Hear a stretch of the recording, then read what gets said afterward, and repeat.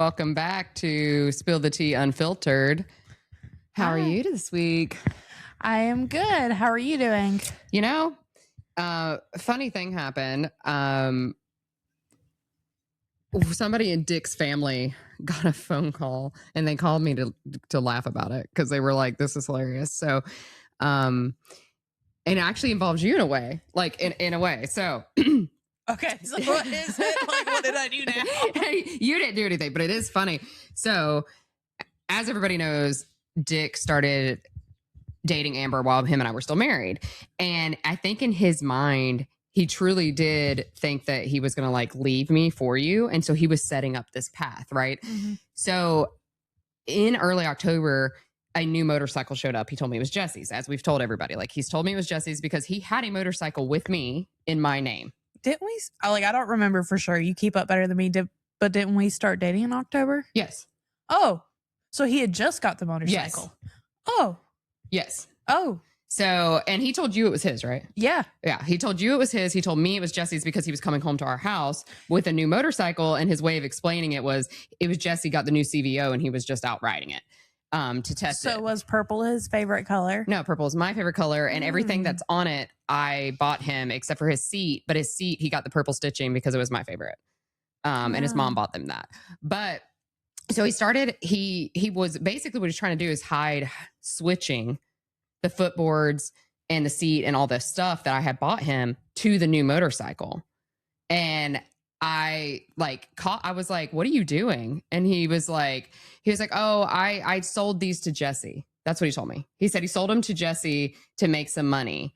And because Jesse was just going to let him ride that bike. And I was like, this makes no sense. And again, like this is at the end when everything was like crashing. So like all his stories were crashing. What pisses me off is he obviously lied, said that it was Jesse's bike. I ended up getting a letter from an insurance company and it was for a motorcycle. So he got insurance on it. Oh. And I'm like, for Jesse's bike. For Jesse's bike. And I'm like, this does not make sense. And mind you, this is before the split. Yeah. Like this is like the week before everything hit the fan. So I think in his mind, what happened was he was hiding money from me. Mm-hmm. He was able to go to Harley. He was able to get a motorcycle somehow because he has horrible credit. But I was about to say, like, how do people with really bad credit even get loans? I think what he probably did was that he saved up enough money and hid it from me that he had a big down payment. So Harley gave it to him because he didn't have the Harley that was his was in my name. And so this guy, on top of it, this pisses me off worse than the cheating with like the 20 plus women because he purposely went and got a new Harley planning to leave me for you, which fine, but like left me with knowing he was going to leave me with a $750 a month payment for a bike that was in my name. And that's what pisses me off. I'm like, so you knew you were cheating on me. You knew you were going to leave me hoping to like essentially move straight in with you and live his best life in his mind. It's still really funny because I wouldn't even let him stay the night. It's wild. But the fact that he was like, I'm going to buy this bike knowing that the woman who's taken care of me for 4 years and that loves me has bought me 2 bikes and I'm going to leave her with it. I'm going to leave her with that debt. And so that's why he lied. Well, Harley's out looking for the bike now. That's hilarious. Because he's apparently not making payments. So they want to repo it. And they called his family looking for him. That is hilarious. And his family's like, we don't talk to him. Yeah. Well, and like what's crazy is because he got the motorcycle in October and then in November he got the truck, right? Yeah. Because you were there when he got the truck. Mm-hmm. And then that got repoed by like March of 2025. So now the bike's also like, this guy's just like, I don't know what he's doing with his money because he's not paying me and he's not paying his child support. So, and he's obviously not paying his bike payment. I don't know where this guy's money is going. He's supposedly not even in the state. His dates. Like he's supposedly not even in this state anymore. And supposedly whoever he works for right now is paying for him to stay in a hotel. So I'm like, you can't even afford your bike payment. Like that's his baby. So the fact that he's letting his bike go, I'm like, well, or what happened is he got another new bike somehow. And it's a newer, because Harley keeps putting out new bikes, and in his mind, he always has to have the newest and the next best thing. So his response is, I just won't pay for that one anymore. And no one stops him. So I mean, that could be it. So that was wild to find out. Like, we never knew officially whose bike it was. Because he was telling other people it was his. All the women he was dating, he was saying it was his. He was telling his daughter and me that it was Jesse's. And so now we know it was his. And he literally was planning to stick me with a $750 a month bike payment after everything I did for him and everything else on top of the cheating. That to me is even worse. And I'm like, do you really think I'm not going to come after you for the money that you owe me? Like, knowing that you did this on purpose, because I can take this to court and be like, he bought a bike while we were married with funds that he hid. Because where was that money? It wasn't in our joint bank account. Right. And purposely got a bike with the intention of leaving me with debt for the other bike. Awful. Dick, you're an awful human being. So just a reminder of where that is. It's already things we know, though.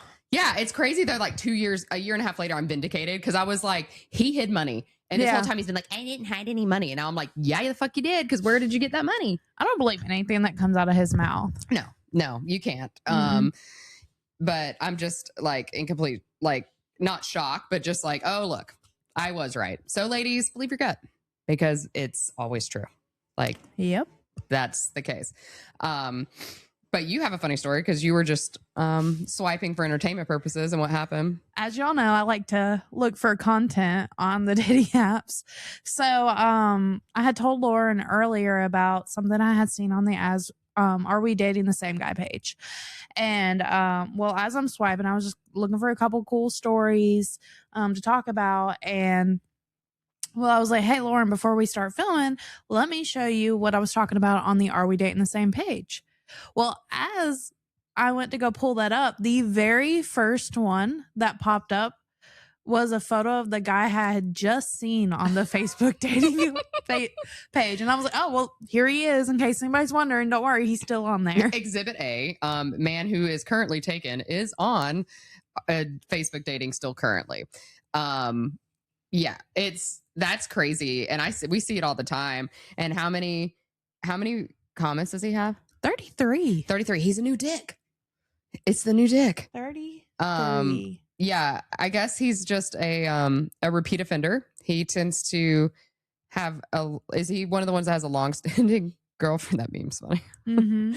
A long-standing girlfriend, and then he still like dates people. Like, it's crazy, because the amount of people on there that are like, oh, he's with somebody. Or even when sometimes the wife comments and like, oh, he's mine. I'm like, do you still want him? Right. Like, because I wouldn't. Like, knowing that he's dating all these women. Like, it's one thing when you're like, oh, I have kids with him and all this. But like, if you know that your husband is actively on these sites and he's getting posted in this thing, and then you're on there like defending him, that's a choice. This guy has been posted a lot on here too. I recognize him because of the big rib he's eating. Oh yeah. I've seen him several times. That's pretty funny. Yeah, there's a lot that have been like replayed. Oh, that one, I just saw him on whenever I was in Memphis scrolling, he popped up, which is weird. So he's going a pretty good distance. Yeah. So he's been on there. So yeah. Somebody said he's probably slept with all the strippers in the area. Why? Oh. And his other good friends are only fangirls. He cycles through girls throughout the week, only wants you to go to his house. Also, he records you without knowing. Ew. Oh. Well, that's creepy. That's a whole problem. So that was somebody who was with him who probably posted him then. So he must have been cheating on her with like strippers and stuff and OnlyFans. And a lot of guys out there still think that OnlyFans is not cheating. And that's wild to me. Absolutely. You're like lusting over another woman. That is cheating. Like, because it's one thing when it's like, oh, Margot Robbie. Like, yeah, Margot Robbie's hot. Everyone knows that, including women. Like, it's Margot Robbie, okay? But like a random girl who is not a famous person as far as like movies and stuff, that's like, it's porn. Like at that point, like that is just a porn addiction. And there's a lot of debates like around that and porn and like men and their like issues in bed and everything else. It's not a healthy addiction, guys. So you should probably just step away from that. Right. But yeah, I personally like, I don't want my significant other paying other women on OnlyFans. No, that money's going to me. Hey, there's our mascot. Hey, Biggs. Big. He was like, oh God, they're talking. He's like, they noticed. they saw me. Run. One day he will be comfortable enough that he'll like sit right behind us when we record. Maybe. That's the goal. As I can see, he scratched my eye. So there's that. Oh, he loves you. They're love scratches, I promise. Oh, okay. It felt like love this morning. That's what we tell ourselves about men too. It's just love. It's not. I was like, why do I always choose the abusive ones? Yeah. Well, bless it. So you don't know about this story that I have for us today. Oh. So this story, Spicy. no, it's crazy is what it is. So death. Yeah, we're going to talk about death. What? Which, if you know Lauren, it's one of her favorite things to talk about. But so long story short, I met this woman in Memphis and she was like, I'm on this podcast. And I was like, oh, crazy. I have a podcast. And I was like, tell me about your story. And she sent it to me. Turns out her story is an unsolved mystery. Oh? Yeah. Like lifetime unsolved mystery? Yes. Ooh, I love unsolved mysteries. Yes. So it's like part of Unsolved Mysteries. And so I listened to the episode and like summarized it. And so I'll talk about it. But crazy that she was just like, yeah, murder. And I was like, murder? Can I watch this episode? Like, is it I listened published? to it on it's on a podcast. It's on the Unsolved Mysteries podcast. Wait, there's a podcast for Unsolved Mysteries? Yes. Game over. I know what we're doing tonight.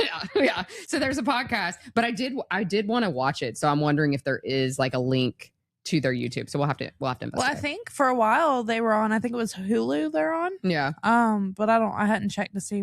Yeah, we'll have to look because with them being a podcast, I wonder if they're on YouTube. My little 9-year-old self used to look forward to every week watching Unsolved Mysteries. And this is why we all love true crime and murder. So her episode was called Where's the Money? And so essentially this took place in 2011. So it's been a minute, but it's still unsolved. So however many years later we are now, we're still there. A car was found submerged in a lake that was registered to millionaire Charles. And then he was found floating dead next to the car. Oh. So it turns out that he was her father. Oh. So the girl that I met, it's her dad. Well, that's terrible. Yes. So, but he was a multimillionaire who worked hard and played harder. Play harder how? Women, gambling, all the things. So this all took place in Hot Springs, Arkansas. So there's a big lake there, and that's where the car was found and his body was found. What was crazy was like just listening to her tell this story, because it's like, you know, it's weird because it's her father. So she's probably like, I miss my dad, but also my dad made really bad choices. So it's kind of like a weird... I mean, it's understandable because like we can love somebody and have to love them through all their problems. Yeah. So like I get it. Yeah. So he went to Hot Springs, Arkansas after splitting up from his fiance. Her name is Kelly. And mind you, him and Kelly had not been together very long. So go in with that. He went there. It was a Wednesday night and he showed up with 2 young women. And they were seen partying for 2 days, just like out in the like nightlife. And so Hot Springs, Arkansas has kind of an underbelly if nobody really knows about it. So one, I love Hot Springs. It's beautiful. There's hot baths there, like the original hot baths. Yes, absolutely. Okay. Road trip. Yeah. It's only like a 7-hour drive. It's what fun. if we did that for my birthday weekend? Okay. We'll look into it. Yeah. Sounds good. But like the hot springs are great. It's a really cute area, but it has an underbelly because this is where like Al Capone and the mobsters would like have a lot of their meetings and would like get together. Yeah. So it has like this huge underbelly for like mobsters. You know, I like a good mobster. And like some of the original like bars and stuff that he met at are still there and everything. So, and then side note, it's also the birthplace of Bill Clinton, which is random. So they have a sign for that. And I'm like, you should put, but I didn't inhale. Yeah. I'm like, you should put the Al Capone up here. But so they were living in Mississippi at the time. And then he basically went to Arkansas to party, which is hilarious. If you think about it, like instead of Vegas, like he drove up to Arkansas. Super weird. Cause I really thought that all that Arkansas had was a Walmart and duck hunting. Like that was it. Yeah. Also mobsters. Apparently mobsters. I didn't know. And diamonds. You can dig for diamonds in Arkansas. Oh, I didn't know that either. Yeah. I literally thought it was just duck hunting in Walmart's home office. You and probably half the people who listen to this. So they were out like partying and going crazy. And his daughter believes at this time he was in a manic episode. So he had like a stroke or something at one point in time, some kind of like health like issue. And after that, he had like a lot of manic episodes that would like randomly come up. So she thinks he was doing that because in those manic episodes, he loved to flash his money, to the point that he bought 2 brand new cars within 2 days. Oh, like including the one that was found in the lake. He had just bought that car the day before. Oh, that's terrible. Like imagine like you're picking out your car and you're like, yep, that's the one I'm gonna die in. Yeah. So that's it. So that was pretty crazy. Like who has the money? It was a Cadillac too. So like back in 2011, like it wasn't a cheap car. Nice, yeah. And the police believed and still like aren't really looking into it, that he drove his car into the lake while drunk. Oh. However, his daughter never believed that because there was no like foul play marks at all, meaning like also including what you would get from like a wreck. Right. There was so it was like his body was put there after. Correct. And there was water in his lungs. So people were like, oh, he just drowned. But there was no, he was a bigger dude. So like they were like, how did he float out of the car? Good question. And then like there was no like, let me break the window and then you have like any kind of damage of any kind on his person. So they were like, that's weird. He also, and he could swim. So if he was conscious, he would have just swam. Right. He could have got out and swam. They did a test on him to see if he had alcohol in his system, and he did not. Okay. Well, how are you drinking and driving and Right. wreck into a pond if you don't even have any alcohol in your system? Right. So then at that point, the cops are like, suicide. I don't know. If I'm a multimillionaire, I'm probably not killing myself. That's what another thing she was saying. She was just like, so at least not here. I might, and when choose a better location. When he was found, he had $25,000 in a boot. In one of his boots. He had $5,000 in rubber bands in his back pocket. And then he also had 3 guns on him. So if he was being attacked, why wouldn't he have used the guns? Because he always talked about like how he carried all his money and he was flashy. So he always had a weapon on him to be able to protect himself. And then also, if this was solely about money or like a robbery, why wouldn't they have taken the money? Maybe they didn't know about the $25K in the boot, but at $5K in the back pocket, surely you saw that lump. Like that's a big lump. Why couldn't he have been my dad? Right. He was also found without his glasses, and he is blind as a bat, according to his daughter. His glasses were found in the hotel room. So how would he drive his car? Exactly. I mean, yeah. Like why would he? Why would he? If he wasn't drunk and he couldn't see, why would he drive his car into the lake? And the only thing missing was his watch, his Rolex, but not all that cash.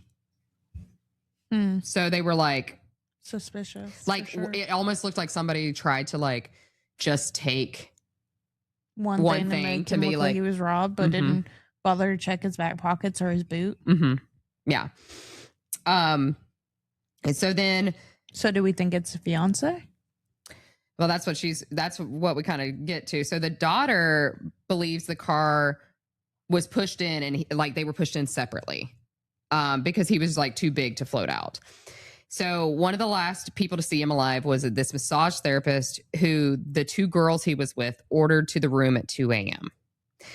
She said that the girls offered her drugs, and she said, like, no, she didn't want any.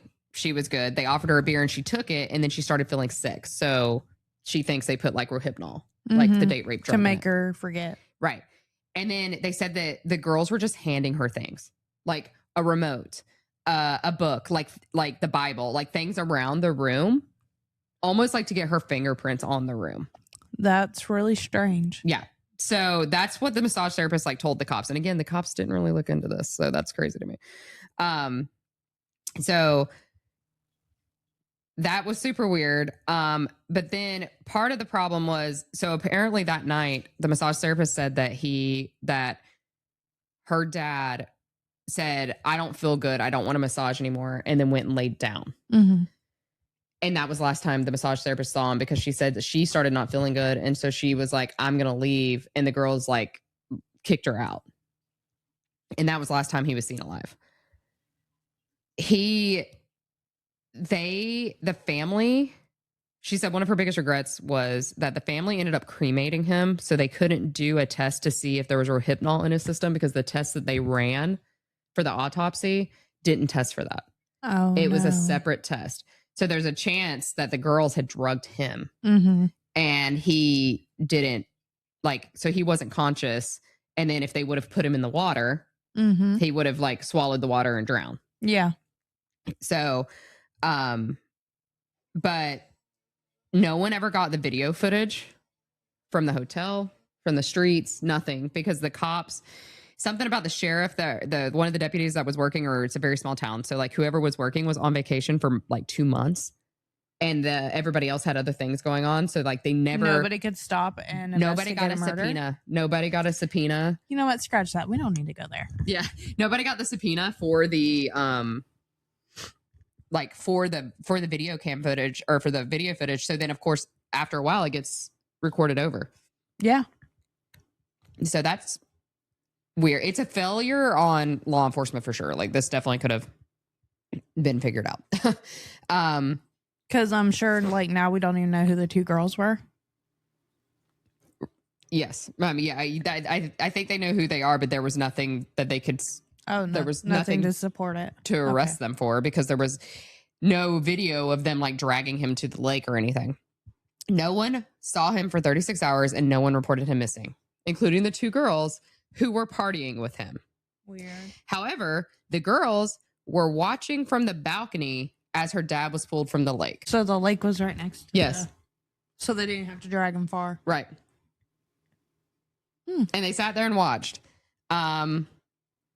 Yes. And so they didn't get the warrant for the video. The girls left and brought the stuff back to his daughter, because the cops let them go and said, pack up the room and take all his stuff back to his kids. His kids would probably want it. So right then and there, all like evidence is tainted. They didn't even need the lady's fingerprints. No. And she said that when she met the girls, so she actually met the girls to get his stuff, and they had a stun gun in their car, like in the back with it. And like, she was like, why do these girls have a stun gun? Like, I mean, girls protect themselves, but also like, you're out partying with a millionaire all weekend. Like, why do you have a stun gun? Right. Well, then they found out, because obviously like he was missing, and the family didn't know. Like, they didn't have a clue he was missing, because he was out on a bender having fun, and the people that were with him didn't report him. Well, while he was missing, his home was broken into and burglarized. Like, tables flipped, mattresses flipped, and he kept a lot of his money under the mattress, and it was all gone. Yeah. So like, someone who knew, and then there was a secret compartment in the nightstand, and the stuff was out of it too. So it had to have been someone who knew, like the fiance. Yes. Interesting, right? Suspicious. So, before, on the way to Hot Springs, when he bought the Cadillac, he was hanging out with the car salesman and the 2 girls. Never trust a car salesman. Right. So the car salesman is the one who reported him missing after the 36 hours. Okay, maybe that car salesman you can kind of trust. Maybe, but then why was he the one To report, to not report the two it? And he girls. was super involved. Like she said he was super involved for a guy who just sold him a car. And she was like, and he was acting really suspicious too. And like he knew the two girls. Oh, so they were all in it together with the fiance. Right. But again, there was no evidence for the car dealer. So she was like, okay. So the daughter was like obviously wondered if the ex-fiance was involved. Because she was only a year older than his daughter. She obviously thinks that she was using her dad for money. Oh yeah, because 100%. She became the beneficiary of $1 million policy. So she took all the money. So they ended up settling outside of court because the paper, there was something wrong with like the fax machine and like the way the paper was transferred. So they were able to contest it. So they settled. So she did get something, but she didn't get the full $1 million. Well, good. But that's crazy because then his ex-fiance was married to someone new 2 weeks after he died. Oh, I'm sure. And then of course she divorced that guy not long after. And so the daughter went to him and was like, hey, can you like talk to me about anything? And he was like, no, she's crazy. I don't want to be involved. So, and she has a pattern for marrying rich men. Imagine that. So, something's obviously weird there. She kept saying she didn't want to be pulled into it whenever like the cops were like, can we ask you questions and stuff? She's like, I don't have anything to do with this. I don't want to be pulled into it. But in 2017, out of nowhere, she contacted the daughter because the daughter put a $25,000 reward for information. And she wanted the reward money. Oh, of course she did. Because she said she knew who killed her dad and that she was there when her dad died. So then the daughter calls the cops and says, hey, this is what I've been told. And the cops still didn't do anything with that information. So she's probably paying the cops or doing something with them. She's linked in. Either that or they just did such a bad job the first time and they don't want to deal with like having to admit their wrongs and go back at it. But the story basically ends like that. There were two girls. There was a car salesman. There's the ex-fiance. His house was broken into. Money was gone. There was $1 million life insurance policy. There was potentially Rohypnol in his system because the massage therapist had it in her system. And he didn't feel good and went to bed when the massage therapist was there. And then she also left. He didn't have his glasses on. He was too big to fit in the car and to drive. So therefore he wouldn't have been able to float out of the car. So because the way the parking lot is, you could easily just push a car into the lake. So she said that. So to me, again, it's completely unsolved, but one would venture, one would surmise that maybe I would be interested to know if the ex-fiance knows it's those two girls. Oh, 100%. So, love can kill. That's the moral of this story. Unsolved mysteries, murder can kill, as we know. I mean, we see it all the time, right? Oh, like yeah. a lot of the true crimes. It was just crazy because I actually know her, to like learn this story and the fact that it's still unsolved. And I feel like it should not be like these glaring truths, like things, like all this evidence. And I'm like, how is this not solved? Right. And it's 100% because they let them pack up the hotel. So there was no evidence and no chain of evidence. And then they never got a warrant for the videos, for any video footage. They really dropped the ball on all of it. Yeah. I was just like, oh, this does not look good for that sheriff's department at all. It's not a lawsuit. And she called a bunch of different like agencies, but then like she said she called like the FBI and stuff, but they didn't have jurisdiction, which is true. So, then you're running into that issue. So the one that did have jurisdiction didn't do anything. They just dropped the ball. They didn't care. And they basically were like, oh, another millionaire's dead. Oh, well. Like, So what's is the crime rate high there? I mean, Arkansas doesn't have a great crime rate, but Little Rock's higher than Hot Springs. Hot Springs is really small. Like I said, I mean, they had like the mobster era and stuff, and I'm sure it has like a very seedy underbelly for that, but it's not as bad as like Memphis or Little Rock. Yeah. That's a wild story, like one that we haven't really dealt with, but I thought it was crazy enough because it still deals with toxic love. Because you know, obviously he has his issues too, because he breaks up with his fiance, goes and parties with 2 young girls. And then, but then she has her issues because I mean, she probably had something to do with his death. But on top of that, she, you know, got remarried within what, 2 weeks? Like, that's crazy. Like, you know, choices. Wild choices. So yeah, so that's our story for today, guys. You know, we love some true crime around here. So if you have any other crazy true crime stories, any listeners that involve love and toxic relationships, go ahead and send them our way, because they're very interesting to us. So yeah. Thanks, guys. All right, guys. We'll see you next week. Have a good one. This episode is proudly brought to you by the law firm Ryan and Rouse. If you or a loved one have been injured or need legal help for changing family circumstances, contact the personal injury and family law attorneys at Ryan and Rouse today at 256-801-1000, or visit them online at www.alabamalaw.com. When your future is on the line, don't go at it alone.